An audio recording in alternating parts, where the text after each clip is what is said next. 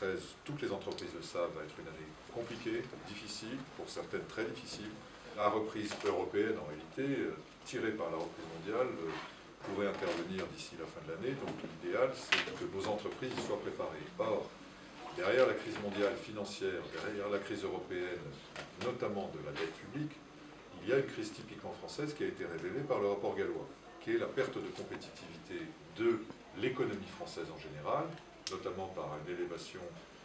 anormale du coût du travail par rapport à d'autres pays européens, et puis surtout, le focus a été porté sur l'industrie, puisqu'on a perdu 750 000 emplois dans l'industrie en 10 ans, et qu'on le sait bien, la reconquête de la compétitivité passera par l'industrie, y compris dans notre région. Je rappelle, notre région, contrairement à ce qui peut être dit, surtout dans votre département où effectivement l'économie touristique et résidentielle est dominante dans le discours,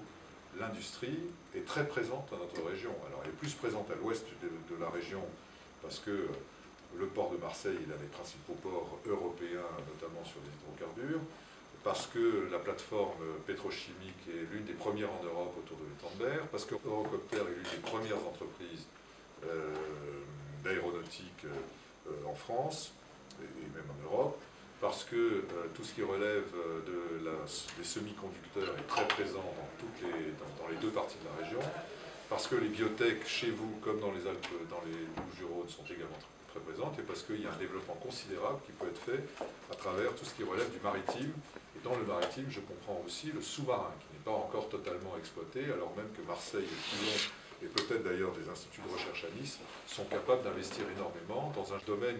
qui pourrait être, comme l'espace l'a été, une nouvelle frontière pour notre industrie, mais qui pour l'instant, ce créneau n'est pris par aucun pays pratiquement au monde. Donc il y a un enjeu fantastique.